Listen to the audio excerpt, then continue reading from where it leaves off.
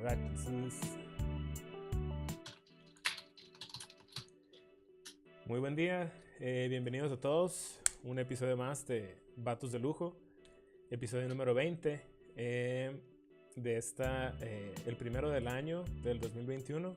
Qué año tan culero fue el 2020, pero la verdad nosotros comenzamos con todo en este nuevo año, con nuestro primer invitado de Estados Unidos y que no habla español. Va a ser completamente en inglés el primer episodio.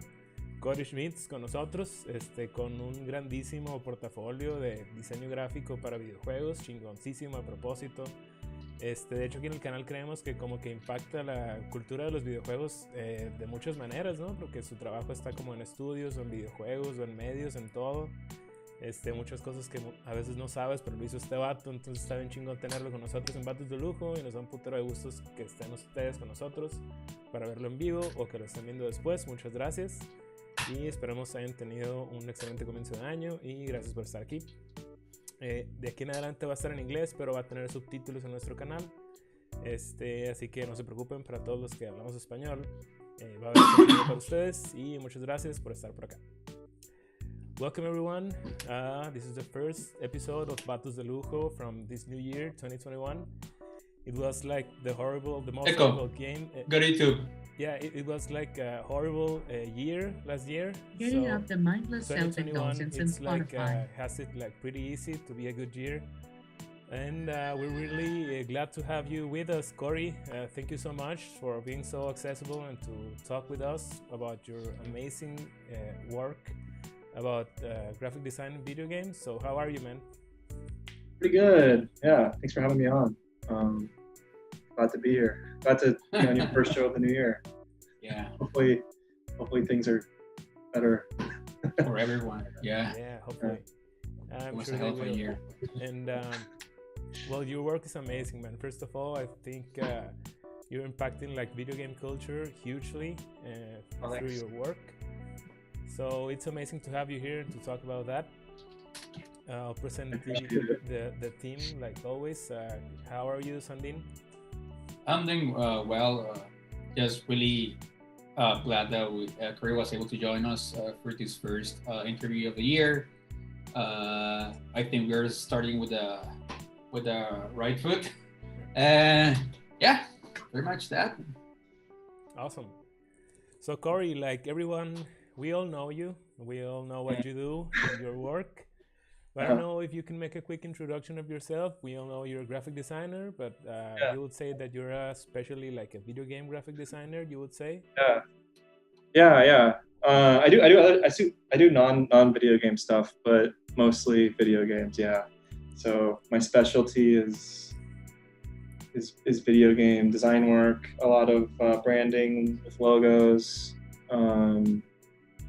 And then some things like packaging and posters as well. But yeah, been just like a freelance solo operation for about 10 years now. Mostly doing, like I said, logos and games. That's amazing, man. Your work is like really outstanding.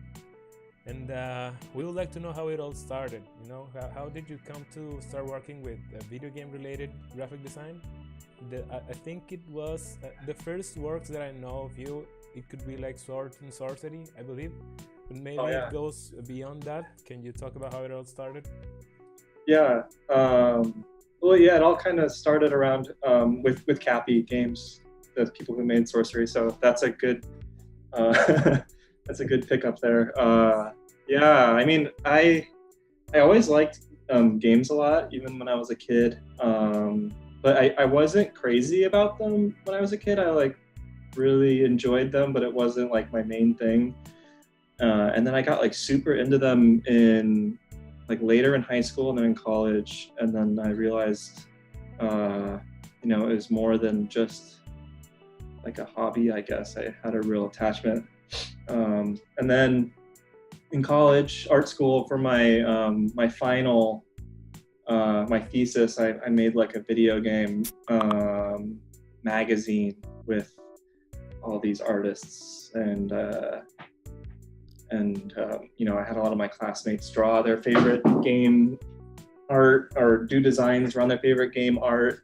And then I basically got really lucky, and some people online posted about it, and then some people from Cappy reached out to me to do stuff for my little college art zine, and that was pretty amazing. So then I kind of just grew a relationship with Cappy, and I was working for an ad agency after college for about a year, and I wasn't really feeling it too much toward the end. So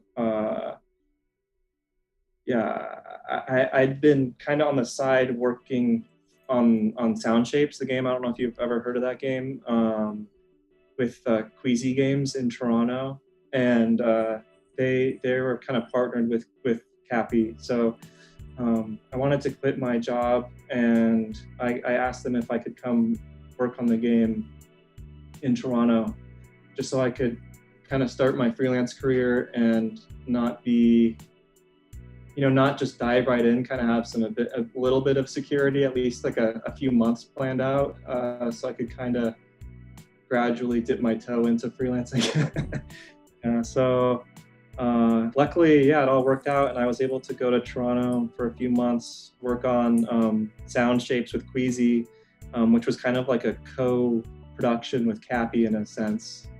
And so they're in the same office building, so there's a bit of cohabitation there, and I stayed with someone from Cappy, and then that kind of like grew to a lot of connections.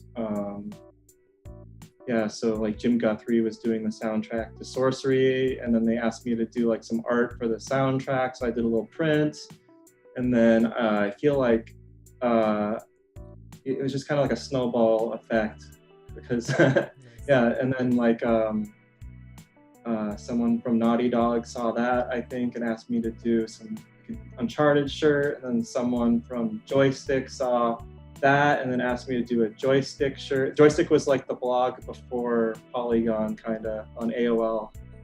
and then when the editor-in-chief of Joystick left after they shut down Joystick, he started Polygon and asked me to do the Polygon logo. And the jobs just kept getting like bigger and bigger because someone would hear about something I did, and then it just kind of did like like I said, like a really lucky snowball effect. And I kept getting work, and because there wasn't really too many other, strictly speaking, graphic designers in games, so only a handful. Sorry about that. And that's my dog. Oh, you're good. Yeah. And then I've been doing the freelance thing ever since. Every once in a while, I'll do a bit more of like a UI or a poster or a packaging, but mostly logos. And some of the ones I've done, bigger ones, like I did Analog, who does like the Super T and the Pocket. Amazing work. And then, that logo. Thank you. And then Polygon, like I said, and I worked on as well, right? It's actually 8-bit do. It's pronounced 8-bit do. Sorry. Everyone says 8-bit do, but it's 8-bit do. I did that. That was a blast. Control, the game, and Valorant. Some more recent ones. I do some stuff for PlayStation, and all sorts of fun stuff. It's like my dream job, and I love it. That's amazing, man. Your work is like. I remember one of the first works that I saw of you. I think it was a poster for Sword and Sorcery with a huge rocket in the middle and some ships around. That's right. Yeah, it's amazing. That was great job too. So I feel like you're making some sort of personal style with all of your work. I don't know if that's just my idea, or if you actually have like a kind of like a strict palette of colors that you must use, or some kind of special influences that you work yourself up to the final work of your designs, or not really? I don't know. Well, I'm glad that it kind of has like a cohesive Yes, it does. It's feel. It's not really something I'm doing too consciously. I think it's just tendencies. Where it's your style, pretty much. Yeah, I guess so.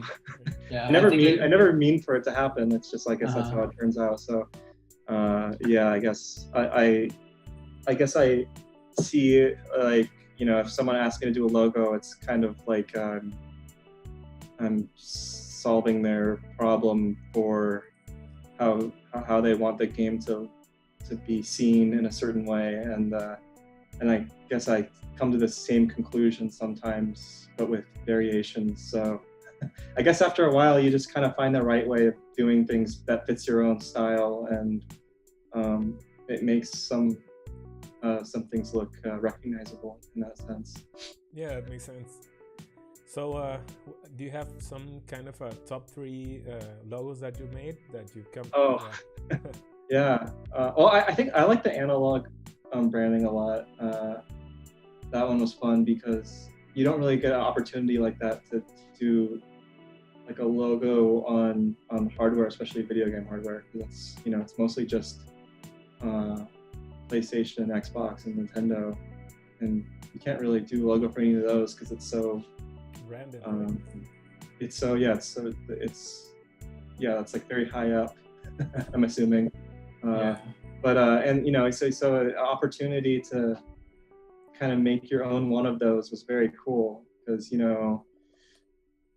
we wanted to do something where it was like PlayStation has like the PS and then Xbox has the X with the circle, and we kind of wanted our own little one of those with that abstract A, and it just looked so cool. Yeah, it's amazing. And it was one of those rare instances where we did like a few rounds of logo design exploration, but that one was on the very first round, and so that we felt pretty blessed to have come across that. We're just like, oh, that's the one. And whenever that happens, it's a very good feeling. And some of the ones I mentioned before, like the Valorant logo, was like so super fun because the aesthetics of that game are so cool, and it has that like really cool designy feel. So it was like really easy to come up with like a really like fitting style to kind of go along with that. That was a blast. And the Control logo also, because with Valorant and Control, like the art direction was so well defined in like a really thoughtful way, like before I got there, and then I kind of just helped them. I just facilitated what they were working on, basically. So that was something that I was about to ask you, because in the case of Control, I think the logo, it's like really cohesive with the overall experience of the game, like while you're playing it. Totally, yeah. And that's amazing. So they had some sort of like a strict branding, styling, and text that you used for the graphic design. Yeah, not too strict. Okay, got it. But I worked with their art director, who kind of I would show him stuff, and he would have feedback informed by their kind of in-game style, I guess. So they gave me a creative brief to start the project that has a lot of their influences and things to avoid and things to consider, and that logo like specifically was like really inspired by like the architecture in the game, like the brutalist style, and that informed a lot of the logo itself. So that was like a kind of a unique one. Yes. So in the case of Analog, did you? I think you work with the packaging as well, right? Yeah, I mean, I did. I kind of, when I was doing the Analog branding, I included some packaging mock-ups, and then they used them, and yeah, that was very cool to see as well. Yeah, and that was an interesting one too, because they hired my buddy to do their website, his studio, and then they did such a good job. And I think my buddy's studio also did like some of the actual hardware design too, and which is like so incredible looking. So yeah, it's amazing. And that's another case in which I think your logo fits like perfectly with the industrial design of the consoles, as well as with the web page, as you said. The overall branding, it's like very cohesive as well. It's amazing. Yeah, that's why I love that one. It just fits super well. Yes. So in the same way, I think with the Ghost of Tsushima, it's amazing that the appearance of the logo, it's like like Japanese brush strokes. And was that something that came from the design brief, or was that some kind of a creative idea that came from your own? I mean, it's just kind of one of those things where you have like a Japanese motif, and then they had their own inspirations, like a lot of Akira Kurosawa posters, and I was kind of just riffing on that. And they already had the mon, which is the symbol in the center, and it was kind of just my interpretation of it with some like custom type around it. And that's a lot of working with the team. It's like that one was definitely like a team effort that I was like a part of. So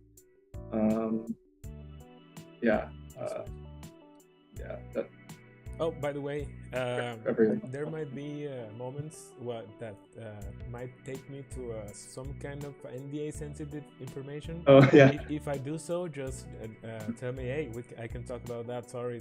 Sorry. Yeah. Sorry if I do. No, you're good. Yeah. Don't worry about it. Yeah. So Cory, is there any other like game that you would like to work with, or any other part of the video game industry that you haven't tackled yet but you would love to?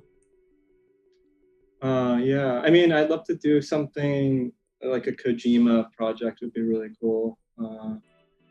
Yeah. I saw that you like have like a picture with the Ludens behind you in your Instagram. Oh, I thought that maybe you were already working with him. no, that was at the they had like a launch thing in New York, and they okay. installed that there. I wish. Yeah, that would be sweet. Any more like big like console branding would be cool. But yeah, no, I feel like in the game industry, I'm kind of doing what I want to do. So yeah, something I really like is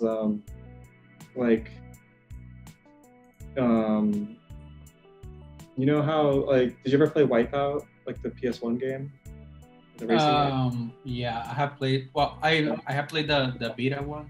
Yeah. So they had like all of the in-game signage, and it's all like the same kind of futuristic, cool style. Something like that would be cool, where you get to do a total branding suite in the game and outside of the game. I'd love to do something like that eventually. It's just like one of those things where you'd have to have like your slate cleared for a while and only work on that. But yeah, that would be fun. Doing a lot of like in-game fake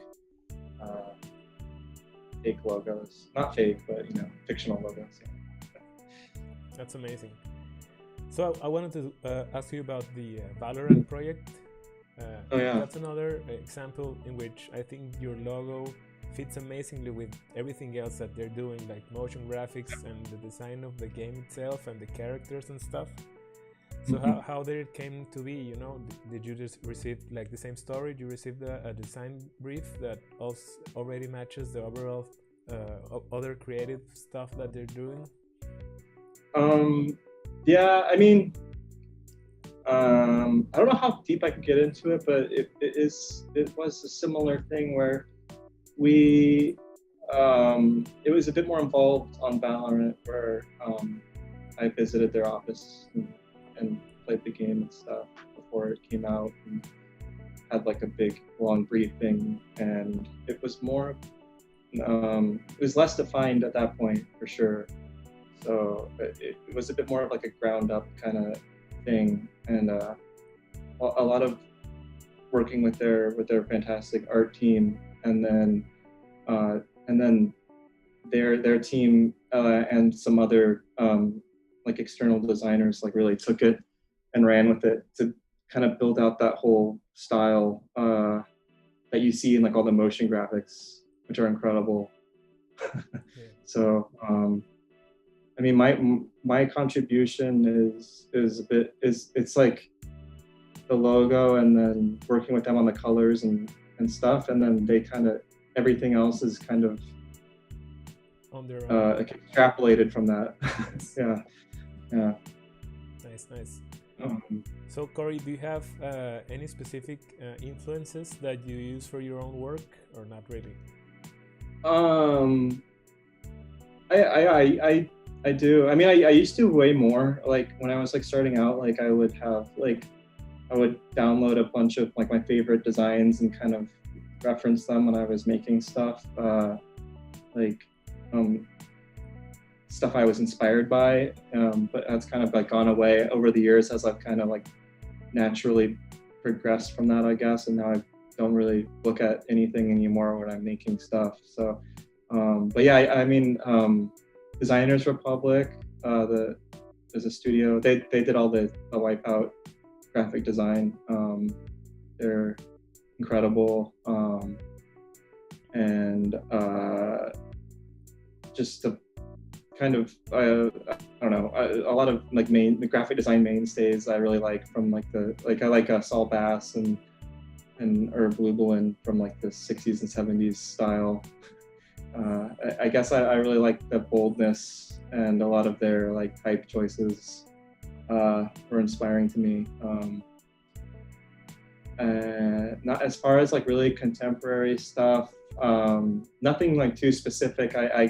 I have a like a Tumblr that I if I see something cool, I'll like reblog it, and then I'll go back to that every once in a while and look at stuff. But yeah, I kind of try to do my own thing as much as possible. Nice. Yeah. That's amazing. I'm looking at the Assassin's Creed work as well. So yeah, was that?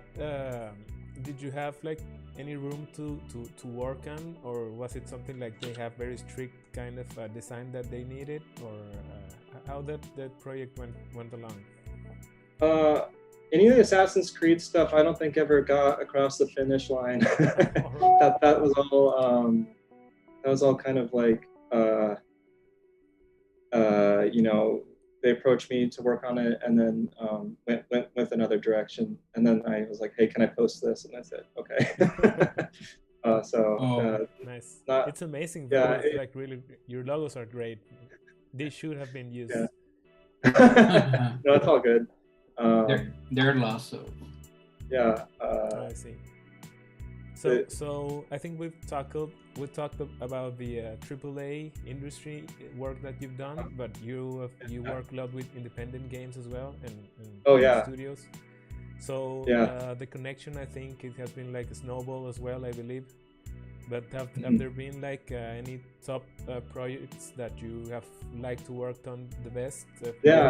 Can you talk about? Anything with Cappy is awesome. Like the Below was awesome, and then stuff with 17-bit, like Galaxy, was super fun. When I started working on stuff for them, they used to be in Seattle where I used to live, and then they moved to Kyoto, so I kind of got my foot in there. And then stuff with Double Fine is super fun. They asked me to do their logos every so often. Like Headlander was like a really good one, and then a lot of stuff with Devolver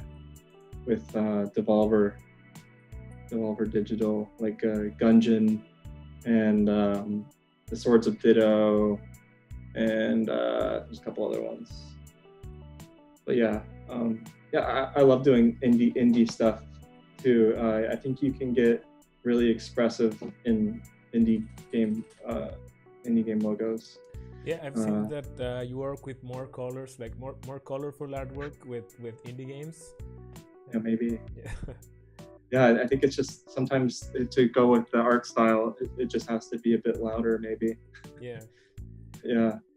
So Oculus, man, that logo is amazing too. can you talk about that project as well? I think. Yeah. I mean, that one was also one where I was on a team working on it, so it's definitely not just me. But yeah, that was a very long project. Yeah, I don't think I should go too deep into it, but okay, no problem. Yeah. But yeah, that was a pretty incredible project. Yeah, it's amazing. So your portfolio is like huge, man. I can keep on talking about all these projects that you've made. And so how do you tackle with package design? I'm seeing some kind of similar styling as well, like light colors and kind of retro futuristic stuff going on. Yeah. Is that coming? Like yeah. Yeah. So for instance, like the res packaging. Yeah. That's an instance where I look at all my favorite covers of all time and try to make something that I think would fit in that pantheon. Like I like, you know, I like the really simple covers. So like, you know, a bit more like a movie poster style rather than, you know, like a game style. But yeah, something like really striking and bold. The Adrift one also was really fun because you kind of just get to play with scale, and it's more of like an art piece than like a logo, I guess. It's a bit more of like a you're like composing a scene. Yeah. That's amazing. And your Family Case exhibition, by the way. Oh yeah, that's more kind of an art exhibition, actually. Exactly. Yeah, and that's something that's open to everybody. So if you want to, you can do it. It's like a show in Tokyo at this really great store called Meteor, and they do it every year where they take submissions for. It's basically it's an art show, and the canvas is a Famicom cartridge. So you design a Famicom cartridge label, and then you like pick what color you want, and then they print it out and fix it to the cartridge, and then they display all of them in a really cool way. And it's like open to entry, and I've been doing it. I guess I've done, let's look at here, 7 of them. So going back to 2014, and yeah, that was really fun because I kind of made like a fictional game series called Children, where each year I kind of do like a new version, and it's like there's like spin-offs and sequels and it's kind of like a fun space to explore. So yeah, that I love Family Case. I hope they keep doing it forever. I think it's coming up. I think it's coming up soon in a couple months. So I'll be doing another one of those for sure, I think. So this is open for submissions, right? Or yeah. And they pick up like a couple of them, or it's. No, they do a ton of them. Okay, hundreds of them. Yeah. You go to let me see. I think it's like Family Case, FamilyCase.com. The website's in Japanese, but you can just do Google Translate, and then once it opens for submissions, yeah, you can just go in and email Satoshi your art. That's great. I'll try that out. I didn't know that. I thought it was some kind of a closed thing. That's great. Oh yeah, it's totally open. They only take a certain amount, but yeah. That's right. So, Sandin, I thought you had a question, right? Yeah, I have a question. Cory, what have you faced a project which was like really challenging, and why was challenging for you? Oh yeah, all the time. Yeah. Every single one. Yeah, I mean sometimes like it just doesn't click, and there's not like a creative spark, or it just doesn't resonate, and that can be really hard to overcome. So that happens sometimes, and then sometimes it's just not a good fit with the you know. I feel like every once in a while, rarely though, there's just not the right chemistry with the client, and I just can't. Like I think they maybe sometimes misunderstand what I am bringing to the project, and it just doesn't work out. So, but yeah, most of the time it's great. But yeah, there's always challenges. It's just like I think it's the same with any job, basically. Yeah. So some of does any of your designs in your portfolio has been like very challenging at all, or not really? As far as like challenging, like a long project, or like maybe one that had more creative rounds than it usually does, or something. Oh yeah. I mean, probably one that took long. I don't know. Yeah. There's some that just take forever, but I can't specifically say, I don't think. Okay. Yeah, no problem. But yeah, I mean, sometimes I get lucky and I'll do, usually the way I work is I'll send a bunch of ideas to start. It's like the first round of work. And every once in a while, someone just picks something from that without much feedback, which is like incredible and rare. But usually it's you go on 4 or 5, 6 rounds back and forth, getting feedback. And then every so often there's some crazy project that takes like 15 rounds and you just go on forever, which is understandable because a lot of times there's a lot of cooks in the kitchen and they have a lot of stakeholders to approve things, and they're getting feedback from like a license holder, and the license holder tells them that they have to do this, and it just goes on and on. But I wouldn't really say that's like difficult in a sense. It's just time consuming. I completely understand you. Like I said, I'm a graphic designer myself, so these creative round things, it's like all the time. So you just gotta deal with it. Yeah, I get it. I got you. I'm not one, but I can understand how it can feel. Yeah, it's just part of the job. I don't really mind it. It's just how it is. Yeah, it's how it is. Yeah, it's amazing. So I'm pretty sure that you're working on amazing things right now. Are there any of them that you can talk about it at the moment? Not. Basically, everything I ever work on is secret until it's announced. So. But yeah, I mean, lots of stuff that you will recognize. I think when it gets announced, you'll be like, "Oh, that's cool." Some sequels and licensed stuff. That's amazing. So, has this work have your work have spoiled you? You know, like, oh, I already know that this sequel is coming out. I made them like a year ago, so this is not surprising for me and stuff like that. No, it's always exciting whenever I get to see, like, I always like kind of nerd out when there's like a E3 or whatever, and then they unveil something that I had a small part in. It's always really cool. But I as far as like spoilers, like literally spoiling a game, like an ending, I think it's maybe happened like once or twice where they kind of tell me like the twist of the game, and I'm like, oh. But no, usually I don't really know any story and stuff. Like I didn't know anything that happened in Control, for instance, really. So that was cool, like getting to go. So even if you did, like that game is like really confusing, so it will be hard to. Yeah. Oh, I love that game now. Yeah.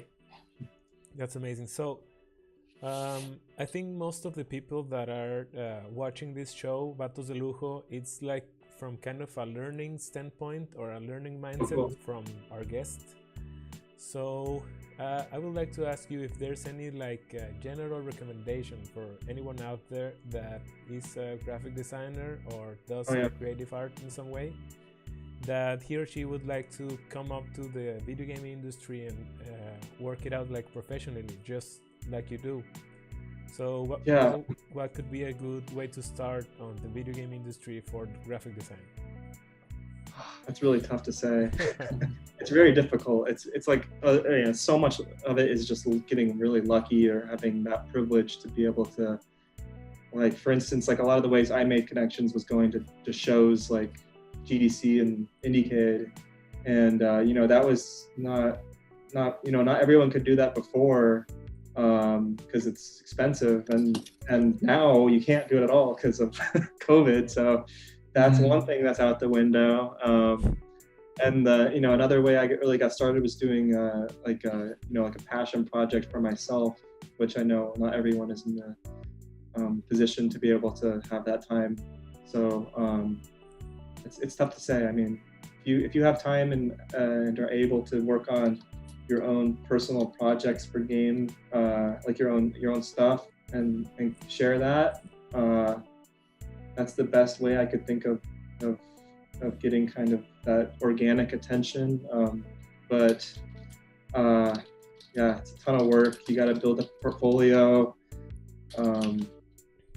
and you either go and apply for a job somewhere, or if you want to freelance, you really have to get it out there, get your name out there, which is easier said than done. But that's a tough one. Nice. Yes. Yeah. So passion projects, I think that would be a good way to start, as you said. Yeah, that makes sense, of course. Yeah. So, but don't work for free though. Don't let anyone ever don't ever let anyone get you to work for free. Only work for free for yourself if you have the budget out for your time. Yeah, of course. Yeah. Nothing should be free, right? Exactly. Yeah, you're getting totally taken advantage of. Yeah. Completely. So, totally. Do you have any other things that you would like to pursue? Maybe I don't know. Maybe make your own game with some other creative team. Actually, maybe. Yeah, that's always kind of been in my mind. It just seems really hard. But yeah, that'd be cool. Or maybe making a studio someday. It just sounds so difficult with running a company. So I don't know. It's pretty nice just being solo for now. So I'm just gonna keep on this path until I can't anymore. Yeah. It might be difficult, but it's not impossible. So if you're really looking forward, I think you should. I mean, whenever you are able to. Yeah. Mm-hmm. Yeah. So you told us before that your first experience with video games was like in your childhood, right? Like you were little and you played video games, but you were not really into them so much. I mean, I really liked them. I just didn't really have that like strong connection, I guess. Like I loved like Mario 64 and Super Mario World, for instance, and played like NBA Jam with my friends all the time. I thought they were super cool and amazing, and I didn't really feel that I never really thought I should work in games until later. Yeah. I think like Metal Gear, especially Metal Gear Solid 2, really got me thinking about it in that way, where it's oh wow, this can be better than movies, and can be so gripping and totally get its claws into me.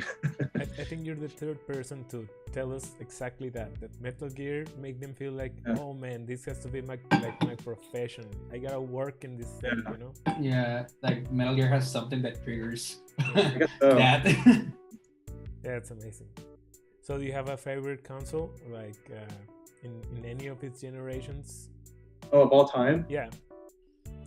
Oh man, that's really difficult. Yeah, it's you have to pick one. Yeah, probably pick PS1. PS1. Because it had so many weird games on it that. Yeah. Pepsi Man. Yeah, Dib Ribbon and Parappa the Rapper and stuff where you would this was stuff that was sold in a store on a CD, and it's so crazy to think about. So yeah, I really like that, and the DS that had such a great library, and like PS4 actually. I mean, if you think about all the stuff that came out on it over the course of its whole life, pretty incredible. Lots of amazing exclusives and lots of huge moments. Like I was putting together my favorite games of last generation, and they were like almost all PS4 games. Like, wow, that's actually a pretty great console. Yeah, it is. And it's amazing that your work is mostly like PS centric, and most of them are like actually PS exclusives, and that's great for you to say that that's your favorite console at the moment, and you would love the PS exclusives.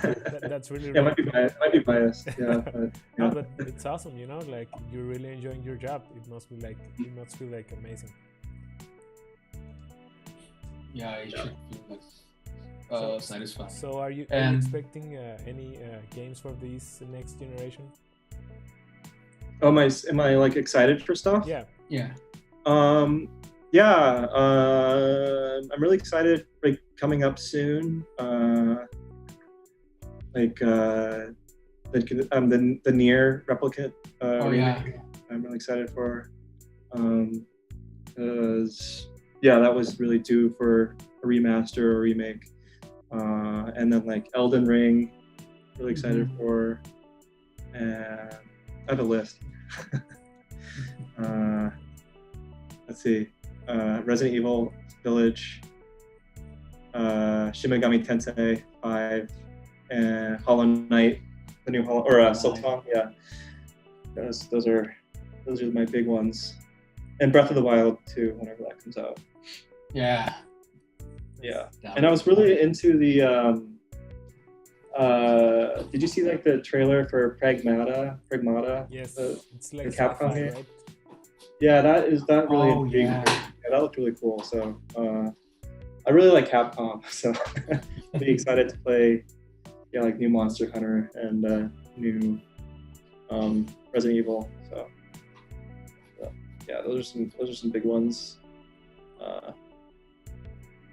And I'm really excited for Stray, the cat game for PS5. Oh yeah, I remember. Yeah. I think that game was shown on GDC, right? I'm sorry, on the PS5 event. The Game Awards, right? Yeah, I think maybe, yeah. And then and I'm really excited for Jet, the new Super Brothers game. So yeah, some indie love as well. Of course, yeah. Hey Cory, what was the first game that you ever played on any? I mean, the first one. I feel like it was Super Mario World, probably. Because I never had a Nintendo, original Nintendo.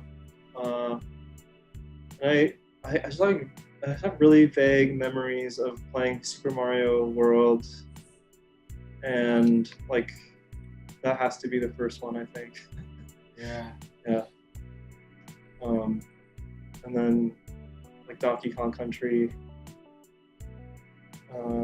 NBA Jam. Boom Shakalaka. Boom Shakalaka, yeah. Yeah, I love NBA Jam. I would love to have those arcades from Arcade One. Oh man, yeah, we used to play with like the neighborhood kids. Like we'd play basketball in the street, and then like go up and play NBA Jam. I can't remember if it was on the Genesis or the Super Nintendo, and then we would play like Street Fighter 2 also at my friend's house. When I was like 8 or something, 7 or 8. Yeah. So Cory, I wanted to ask you about the kind of a 3D model, like a partial 3D model that it's on your. Oh yeah. It's great. I think it looks amazing. I bought myself a Kinect just to make something similar, just like that for mine. So how that came up to be? Can you tell me about a little bit? Oh yeah. I think I saw on someone's portfolio they also had a 3D scan of their face, and I was like, oh, that looks so cool. And then I can't remember who it was though, and I can't remember if it moved or not. But then I was like looking at the apps, or I just did it on my iPhone. It's just like some 3D modeling app. Oh, really? And then I just took a few stills like that, and then I just made it into a GIF. That's amazing. Because I have no 3D experience, and I just like, I thought it would be funny because like a lot of like designers have like a portrait where they're sitting like this and they look really serious, and then like a black and white photo or on a pink background or something. And then I was like, I thought it would look cool if it was all like glitched out and stuff, with like kind of like, it looks like my face is like all like It's messed like up. melting, yeah. Yeah, it's amazing. So I thought that was kind of like an interesting approach. I think I'll do that for myself if you don't mind. I'll copy that. It was very unprofessionally made. It was just literally iPhone camera, some AR app. I can't remember even what it was, but some free app, and then I just exported it, cut it out, and then made it into a GIF. It's great. It's awesome, man. So I think you work with the music industry as well, right? Yeah. So you like tackle, really you work with these design projects just the same way that you would with the video game industry, or is there any like difference in the creative process? Yeah, there's a little bit more freedom because you're not working with a brand, and it's a bit more, music is more abstract than video games, so there's a bit more interpretation there, and there just tends to be a bit less, like if a musician comes to you for like a poster or a album artwork, then they're coming to you specifically for your style and your perspective. So there's a bit, sometimes there's like a idea they have, but it tends to be a bit more freedom around it. So I really like to do that. It's definitely, it's a lower budget situation for music stuff, and it's a bit more of like a passion project. I just like to have that kind of that creative burst every once in a while. Nice. It's good to like supplement the more serious, not serious, but the more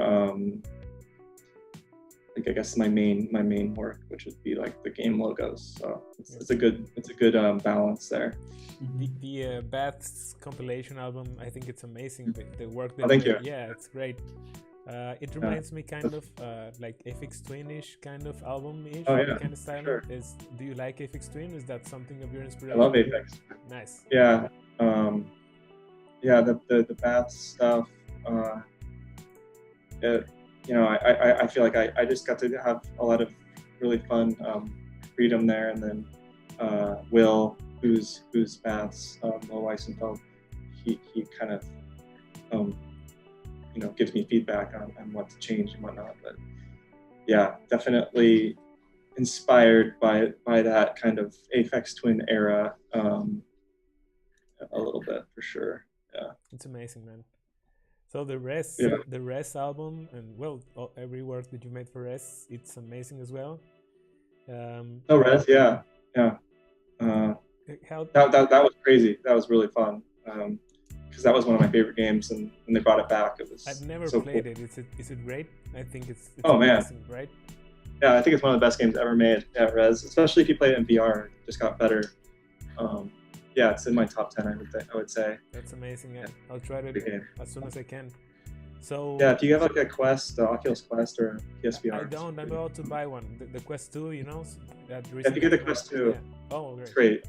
Yeah. Nice. That's on there. Yeah. So how the Res Infinite stuff that you made came to be? Did you reach like for inspiration from the game? There was some kind of briefing. Oh, okay. There's a brief. I mean, that was a bit more open to interpretation, and I just took a lot of direct inspiration from their old packaging. Like they did a limited edition box set in Japan for Res, which was in like a corrugated cardboard box with that raw cardboard texture on it. Yeah. And I wanted it to have that kind of material, and then just basically kind of riffing on their old design style from the original game, just kind of building it out. And I think, just having a splash of orange, which is kind of like the signature branding color they have. And then we went with that really cool foil, like the foil relief on the cover. Nice, nice. It just seemed like this was the coolest option. Let's do it. And then on the game, like that's the vinyl packaging on the game cover. It's like more of like a rainbow foil, which works really well for the game, because a lot of the imagery in the game, like if you play it, there's like to finish each stage, you shoot at a kind of like a prism, a light prism. And so I felt like that like rainbow foil kind of like captured that element of it really well, where you get the spectrum of colors in there. It's amazing, man. So talking about another specific project from your portfolio, the Stray logo. I think you have the Stray. Oh yes, right. Yeah. It looks like I think it has your style, of course, but it looks definitely like special. More urban, like graffiti styling. Very like manual, artisanal, something like that, like crafty, I would say. So that one was that like real, stains that you made physically, or how did it came up?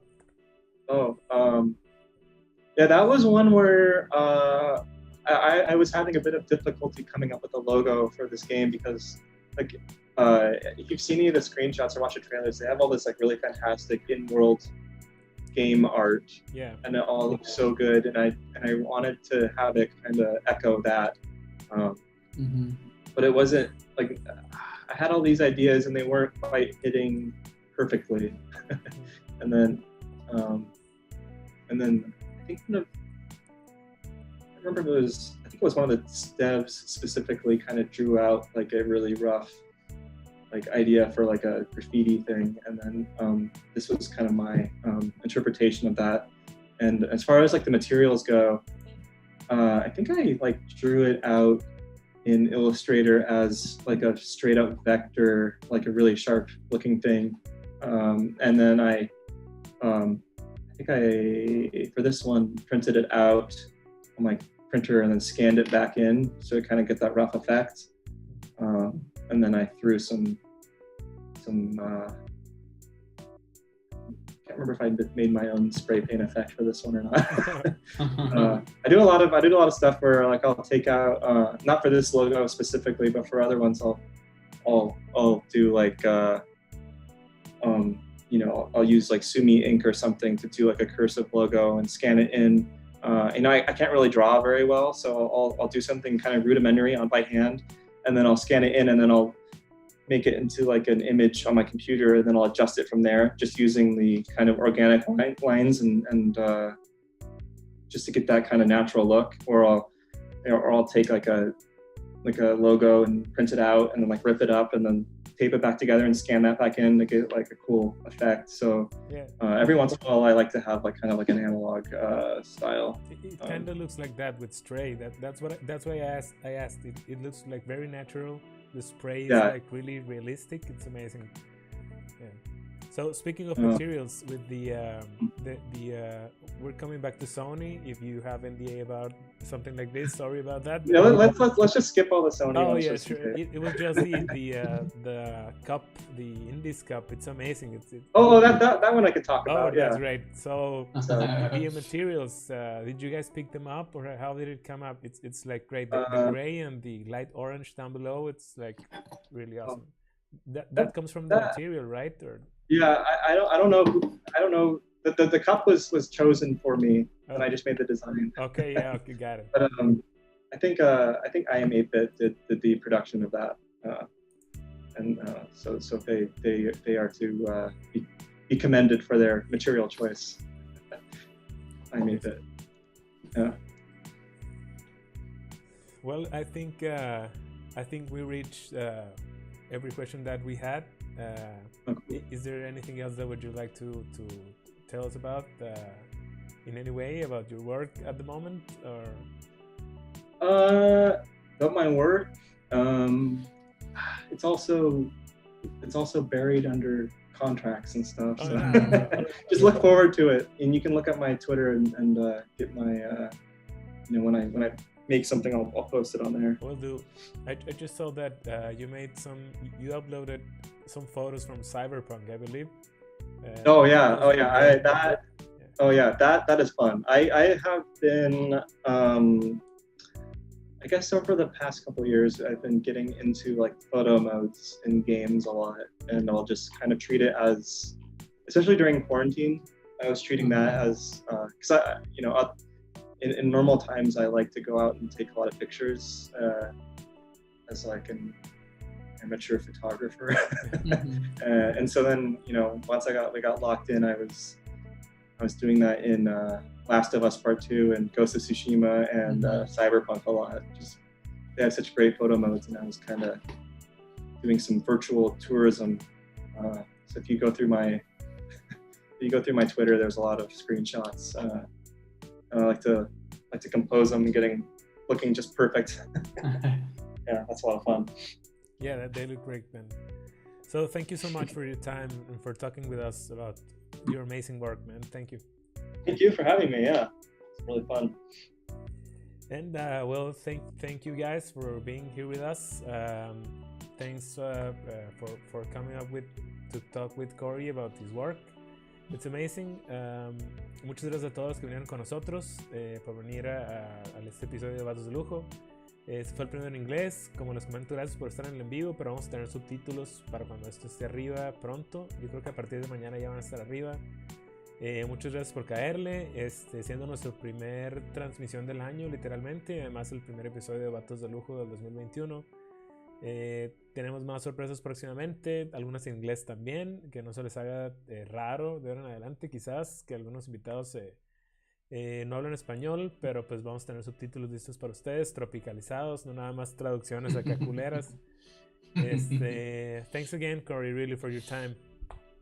Yeah, thank you guys. And Happy New Year. Thank you. Yeah, happy holidays. I think you could still say Happy New Year. It's the 13th. Yeah. We're Until still on the first half of the first month. Okay. I still have my Christmas tree up, so yeah. Oh, Actually, wow. I still play Christmas music on my Echo Show, so the spirit doesn't go away yet. Well, thanks again, man. We got to the end of the show. If you have time somewhere in the future when you have more projects around, we would love to have you back. You have the time. Yeah. Thank you again, and see you guys later on another transmission. Have a great day.